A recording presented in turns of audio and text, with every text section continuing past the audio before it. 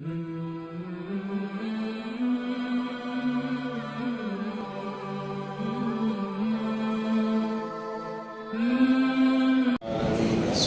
والسلام على سيد الأنبياء والمرسلين نحن على ذلك لمن الشاهدين والشاكرين والحمد لله رب العالمين.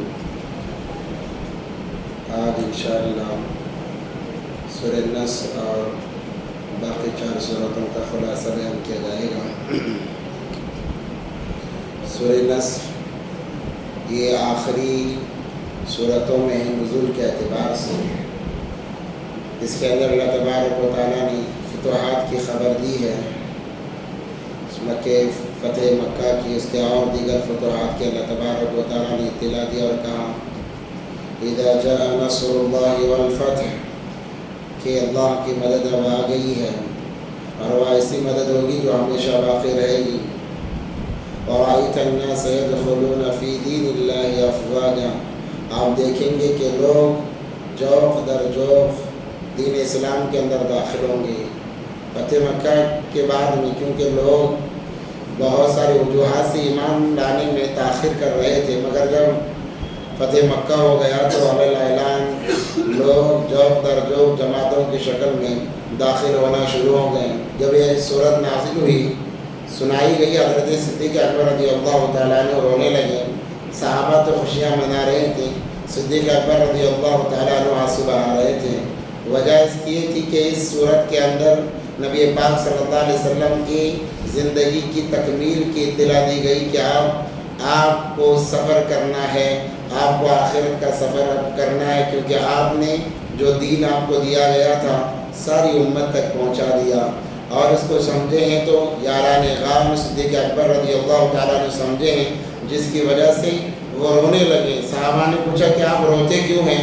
صدیق اکبر رضی اللہ تعالیٰ عنہ نے فرمایا کہ اس آیت کا جو مطلب میں سمجھا ہوں اگر آپ سمجھ جاؤ تو آپ بھی رونے لگو گے، کیونکہ انہیں معلوم تھا کہ اس کے اندر واقعی اللہ تبارک و تعالیٰ نے نبی پاک صلی اللہ علیہ وسلم کو اپنے پاس بلانے کا اعلان فرمایا تھا.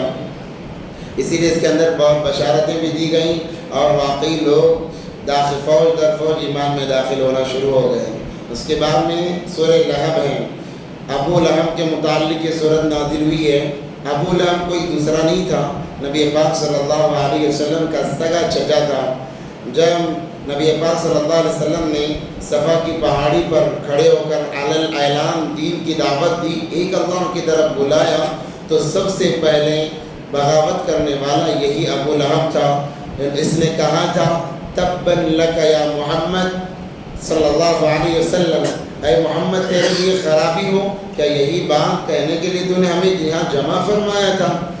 اور اسی کے متعلق کتابوں میں لکھا ہے کہ جب نبی پاک صلی اللہ علیہ وسلم کی ولادت ہوئی، کیونکہ بھائی کا انتقال ہو چکا تھا، تو بھائی کے گھر میں ولادت جب ہوئی، اس کی باندی نے آ کر خوشخبری دی تھی کہ آپ کے بھائی کے گھر میں لڑکا ہوا ہے. تو اس خوشی کے بدلے میں اس نے باندی کو آزاد کرایا تھا، کہا تھا کہ جا تو نے اتنی بڑی مجھے خوشخبری سنائی ہے، آج سے تو آزاد ہے. علماء کرام فرماتے ہیں، کتابوں میں لکھا ہوا ہے، اسے تو آزاد دیا جا رہا ہے، مگر جب وہ گھڑی آتی ہے، وہ لمحہ آتا ہے جس لمحے میں اس نے نبی پاک صلی اللہ علیہ وسلم کی ولادت کی خوشی میں باندی کو آزاد کرایا تھا، اللہ تبارک و تعالیٰ اس کے انگلی سے پانی کے چشمے کو جاری کرتے ہیں، وہ لے کر اپنے منہ میں ٹھوس لیتا ہے، اس کے بعد پھر اس کا عذاب شروع ہو جاتا ہے.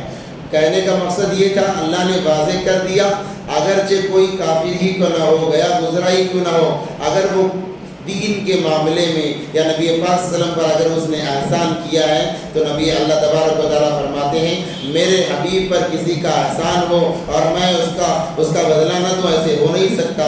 حالانکہ اسے عذاب دیا جا رہا ہے، اس کے باوجود بھی جب وہ لمحے اور گھڑی آتی ہے، اللہ تبارک و تعالیٰ اس کے انگلی سے پانی کے چشمے کو جاری فرما دیتے ہیں. تو اس نے بددعائی کلمات الفاظ نبی پاک صلی اللہ علیہ وسلم کے لیے استعمال فرمائے تھے. تو آیات نازل فرمائی، اللہ تبارک و تعالیٰ نے فرمایا تبت یدا ابی لہب وتب، اے ابو لہب خرابی میرے حبیب کے لیے نہیں ہے صلی اللہ علیہ وسلم، تیرے لیے خرابی ہے، تیرے ہاتھوں کے لیے خرابی ہے، جس سے تو میرے حبیب پاک صلی اللہ علیہ وسلم کو تکلیف پہنچایا کرتا ہے. تبت یدا ابی لہب وتب ما اغنى عنه ماله وما كسب. جب سے آخرت کے بارے میں کہا گیا بڑا مالدار تھا اور بڑا خوبصورت تھا اور اعلیٰ اولاد بھی اس کی تھی، اولاد بھی اللہ تبارک و تعالیٰ نے عطا فرمائی تھی. تو یہ کہنے لگا جو میرا مال ہے، میری اولاد ہے، میں اپنے فدیے میں دے کر اللہ کے عذاب سے بچ جاؤں گا. تو اللہ تبارک و تعالیٰ نے فرمایا ما اغنى عنه ماله وما كسب، نہ اس کا مال اس کے لیے فائدہ مند ثابت ہے، نہ اس کی اولاد اس کے لیے فائدہ مند ثابت ہے. جب یہ مرا ہے ایسی بھیانک موت مرا ہے کہ اس کے بدن میں کیڑے پڑ گئے. لوگ قریبانہ وزن نہیں کرتے تھے. بچوں نے پاؤں میں رسیاں ڈال کر، چھوا نہیں، پاؤں میں رسیاں ڈال کر زندہ رہتے ہوئے اسے گھسیٹتے ہوئے پہاڑی میں لے گئے اور ایک گڑھے میں ڈال کر اوپر سے مٹی نہیں بلکہ پتھر ڈال کر اسے مارا ہے. ایسی بھیانک یہ موت مرا ہے کیونکہ یہ نبی پاک صلی اللہ علیہ وسلم کو تکلیف پہنچانے میں اس نے کوئی کسر نہیں چھوڑی ہے. یہاں تک کہ اللہ نے ایسے الفاظ قرآن پاک کے اندر عطا فرمائے، مکمل ایک سورت، تبت یدا ابی لہب وتب ما اغنى عنه ماله وما كسب سیصلی نارا ذات لہب. ایسی دہکتی ہوئی آگ کے اندر ہے وہ کہ اس آگ سے ہر کوئی بلکہ جہنم خود پناہ مانگتی ہے. آگے فرمایا وامرأتہ، یہی نہیں اس کی بیوی بڑی ظالمہ تھی، بڑی ظالم تھی اس کی بیوی. کیا کرتی؟ جس راستے سے نبی پاک صلی اللہ علیہ وسلم گزرتے جنگل میں جاتی اور کانٹے دار جھاڑیاں کاٹ کر لاتی اور راستے میں بھی جاتی تاکہ جب نبی پاک صلی اللہ علیہ وسلم کا گزر ہو تو وہاں نبی پاک صلی اللہ علیہ وسلم کو تکلیف ہو. اس کی بیوی نے بھی تکلیف پہنچانے میں کوئی کسر نہیں چھوڑا. اللہ نے فرمایا وَامْرَأَتُ حَمَّالَةَ الْحَطَبِ، اس کی بیوی بھی برباد ہو جائے گی، اس کے لیے بھی خرابی ہے. اس کے کہا گیا کہ جہنم میں اس کی بیوی کے گلے کے اندر ایک زبردست رسی باندھی ہوئی ہے، ہاتھ پاؤں کے ذریعے سے اسے لٹکا دیا گیا ہے. وَامْرَأَتُ حَمَّالَةَ الْحَطَبِ فِي جِيدِهَا حَبْلٌ مِّن مَّسَدٍ. مکمل صورت ان میاں بیوی کے لیے اللہ تبارک و تعالیٰ نے ان پر لعنت برسانے کے لیے اللہ تبارک و تعالیٰ نے نازل فرمائی کیونکہ نبی پاک صلی اللہ علیہ وسلم کو ستانے میں انہوں نے کوئی کسر نہیں چھوڑی ہے. بعض علماء فرماتے ہیں جو لوگ نبی کو ستاتے ہیں، انبیاء کو جنہوں نے ستایا، تمام اس وعیدوں میں شمار ہیں. اور اسی کے ساتھ ساتھ العلماء ورثۃ الانبیاء، جو علماء کو ستاتے ہیں، وہ بھی بعض علماء فرماتے ہیں کہ اس صورت کے اندر جو لعنت برسائی گئی ہے، جو پھٹکار اللہ کی طرف سے آئی ہے، اس زمرے میں آ جاتے ہیں. پھر اس کے بعد میں لگاتار 3 قل ہیں، سورہ اخلاص، قل هو اللہ احد، جو کہ تہائی قرآن ایک مرتبہ پڑھنے میں تہائی قرآن پڑھنے کا ثواب، سورہ فلق قل اعوذ برب الفلق، سورہ ناس قل اعوذ برب الناس. یہ 3 قل بڑے معنی اور جامع ہیں. 3 قل. سورہ اخلاص کے اندر تو مکے کے مشرکین نے پوچھا تھا تمہارے اللہ کا نام کیا ہے، نسب کیا ہے. نسب کے متعلق جب سوال کیا اللہ نے آیات اتاری قل هو اللہ احد. اے نبی جی آپ کہہ دیجئے کہ اللہ اکیلا ہے، تنہا تنہا ہے، کوئی معبود نہیں ہے، کوئی عبادت کے لائق نہیں سوائے اللہ کے. اللہ الصمد، وہ ہر چیز سے بے نیاز ہے، ہر چیز سے بے نیاز.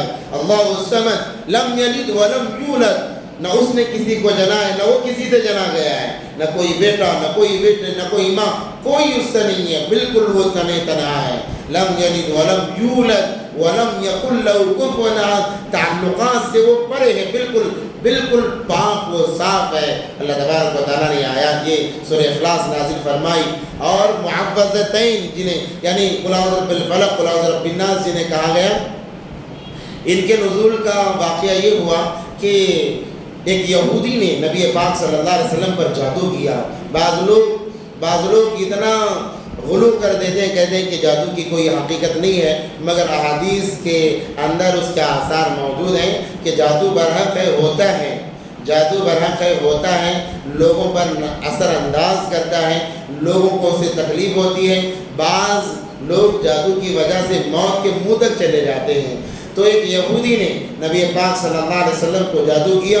نبی پاک صلی اللہ علیہ وسلم کے سر مبارک کے بال مبارک لے کر اس نے جادو کیا، کپڑے کو لپیٹ کر ایک کنویں کی تہ میں، ایک کنویں کے بالکل تہ کے اندر ان چیزوں کو رکھ کر اوپر سے پتھر رکھ دیا کہ وہ اوپر نہ آئے، کیونکہ اوپر آ جانے کی وجہ سے اثر نہیں ہوگا، جس کی وجہ سے نبی پاک صلی اللہ علیہ وسلم کو ہمیشہ تکلیف رہا کرتی، ہمیشہ بے چینی اس کی کیفیت علماء نے الگ الگ لکھی ہے.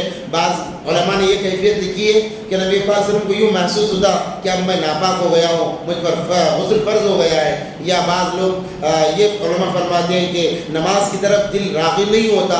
الگ الگ اس کے وجوہات علماء کرام نے اپنی تفسیر کے اندر لکھے ہیں. الگ نبی پاک صلی اللہ علیہ وسلم کو سخت تکلیف ہوئی, جبرائیل امین آئے, وہی لے کر آئے اور کہا گیا کہ اللہ کے نبی آپ پر جادو کیا گیا ہے اور جادو کرنے والا فلاں یہودی ہے اور فلاں کنویں کے اندر وہ چیز کو دفنایا گیا ہے. نبی پاک صلی اللہ علیہ وسلم نے جو صحابہ کو دوڑایا, جب جا کر وہ چیز نکالی گئی, اس کو ادھر ادھر کیا گیا, تب جا کر نبی پاک صلی اللہ علیہ وسلم کو وہ اثر ختم ہوا ہے. اس لیے علماء فرماتے ہیں یہ تین کل خصوصی اعتبار سے جو انسان صبح میں 3 مرتبہ ان کی تلاوت کرتا ہے, شام تک نہ ان پر کسی کا جادو کا اثر ہوگا, نہ بری نظر ان پر اثر کرے گی, نہ موذی چیزیں بلکہ جنات تک ان پر حاوی نہیں ہو سکتے. اللہ تبارک و تعالیٰ حفاظت فرماتے ہیں. جو شام میں ان کی تلاوت کرتا ہے, بہتر یہ ہے کہ اس کے ساتھ میں سورہ کافرون بھی جوڑ لیا جائے, 4 کل مکمل کر لیے جائیں. جو شام میں کی تلاوت کرتا ہے, صبح تک اللہ تبارک و تعالیٰ ان تمام چیزوں سے اس کی حفاظت فرما لیتے ہیں. آج کل ہر کوئی پریشان ہے, آج کل لوگوں کے اندر حسد زیادہ ہو گیا ہے, ہر کوئی حسد کر رہا ہے. میرا بھائی ادھر آگے جا رہا ہے تو میرے دل میں حسد پیدا ہو گیا, کوئی ترقی کر رہا ہے تو حسد پیدا ہو گیا, پڑوسی ترقی کر رہا ہے تو حسد اس لیے ہو رہا ہے کہ میں اس مقام تک نہیں پہنچ پا رہا ہوں. حسد اسی لیے ہوتا ہے کہ میں وہاں تک نہیں پہنچ پا رہا ہوں, اتنے عائد سے میں نہیں رہ پا رہا ہوں, اتنے جو اپنی وہ ضروریات مکمل کر رہا ہے, میری ضرورتیں مکمل نہیں ہو رہی ہے. اب حسد پیدا ہو رہا ہے اور یہ سوچتا ہے کہ یہ نعمتیں کیسے اس کے واسطے ختم ہو جائے, میں پریشان ہوں وہ بھی پریشان ہو جائے. حالانکہ یہ ایمان والے کی شان نہیں ہے. مسلمان تو وہ ہے کہ دوسرے کو دیکھ کر خوش ہو کہ ماشاءاللہ میں چاہے جیسا بھی ہوں میرا بھائی بہترین حالت میں, دیکھ کر خوش ہونا چاہیے اور اس کے لیے دعائیں دینا چاہیے. اس کے بالمقابل آج ہمارے معاشرے کے اندر خصوصی اعتبار سے دیکھا جاتا ہے اور غیروں کے اندر یہ چیز کم پائی جاتی ہے مگر اس کی مقدار کم ہے. ایمان والوں کے اندر یہ چیزیں زیادہ پائی جاتی ہیں, جس کی وجہ سے بعض لوگ تو کمینگی کی حدوں کو پار کرتے ہوئے جا کر ان پر جادو بھی کرا دیتے ہیں کہ وہ راستے پر آ جائیں, ان کا کاروبار ٹھپ ہو جائے. یہ تمام خرافات یاد رکھ کے دنیا میں بچ بھی گئے, کل قیامت کے دن بچنے والے نہیں ہیں. اللہ سخت پکڑ فرمائیں گے. اس لیے انسانوں کو ان خرافات سے بچنا چاہیے. المسلم اخو المسلم اور کما قال علیہ الصلوۃ والسلام, نبی پاک صلی اللہ علیہ وسلم کا فرمان, ایک مسلمان دوسرا مسلمان کا بھائی ہے. بھائی کبھی بھائی کا برا نہیں سوچ سکتا, جو بھائی کا برا سوچے وہ مسلمان نہیں ہو سکتا. یہ نبی پاک صلی اللہ علیہ وسلم کا فرمان ہے. اس لیے چاہیے کہ اگر کوئی آگے جا رہے تو ہم خوش ہوں, چلو ماشاءاللہ وہ اچھا آگے جا رہا ہے, اللہ اس کی برکت سے, ہماری خوشی کی برکت سے ہمیں بھی پہنچائیں گے.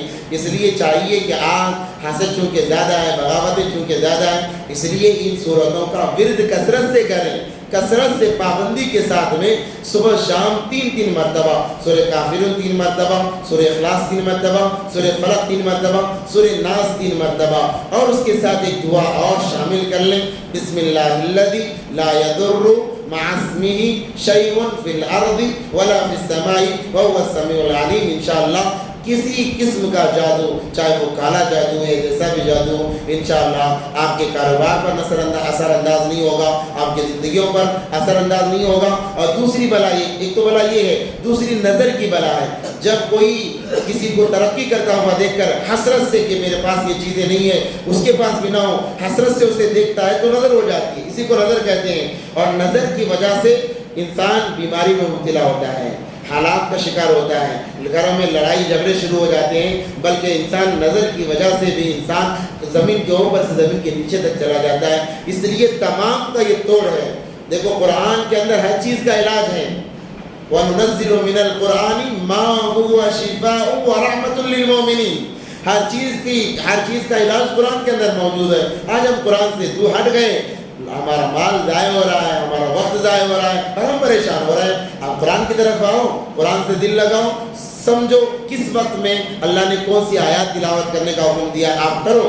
آپ کو کسی کے پاس جانے کی ضرورت نہیں پڑے گی. اس لیے ان کا ورد کریں. اللہ کی ذات سے پوری امید ہے کہ اللہ تبارک و تعالیٰ آپ کو ہر شر سے اللہ تبارک و تعالیٰ حفاظت فرما لیں گے. ہاں کبھی کبھار ایسا ہوتا ہے کہ پابندی تو ہو رہی ہے, پھر بھی حالات, مایوس نہ ہو, کہیں کہ بھائی قرآن سے تو علاج ہوتا ہے, میرا علاج نہیں, مایوس نہ ہو. وہ اللہ کی طرف سے آزمائشیں ہوتی ہیں. اللہ آزماتے بھی ہیں نا اپنے نیک بندوں کو، پیارے بندوں کو ہم آزماتے ہیں. ہاں کوئی ہم سے محبت کا دعویٰ کرے ہم آزماتے ہیں، تو اللہ کیوں نہ آزمائے؟ اللہ آزماتے ہیں. صبر رکھیں، انشاءاللہ اللہ تبارک و تعالیٰ اس کا بدلہ دے گا.